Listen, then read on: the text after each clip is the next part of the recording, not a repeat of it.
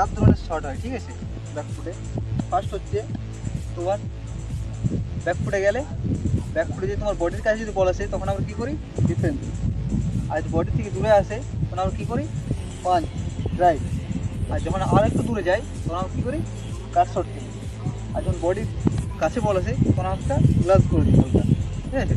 তাহলে তোমাদেরকে মাথায় রাখতে হবে যে ব্যাকফুট খেলার টাইমে 4টি শট হয়। তো তোমাকে যখন আমাদের বডির কাছে বল আসবে তখন পা আমাদের হালকা সামনে আসবে, হালকা ডিফেন্স করে নেবো, ঠিক আছে। আর যখন বডি থেকে ঘুরে বল যাবে সেটা আমরা যখন পাঞ্চ করবো বা ড্রাইভ করবো তখন আমাদের পা যাবে, আর এই পা কিন্তু এখানে থাকবে, এই পা আসবে না, ফ্রন্ট পা চলে এসছে আমাদের বাস। তখন আমরা কী করবো, এখান থেকে বলটা ড্রাইভ করবো। আর যখন কাট করবো আমাদের এই পাটা অফ স্টাম্প কভার করবে, ঠিক আছে। অফ স্টাম্প কভার করলে বা অফ স্টাম্প বা বেল স্টাম্প কভার করবে তখন আমরা ঠিকঠাক শর্ট খেলতে পারবো। আর বডির ভিতরে যদি বল আসে তখন আমরা গ্লাস করে দেবো হালকা, ঠিক আছে। তো এই হচ্ছে ব্যাকফুটের 4টি শট।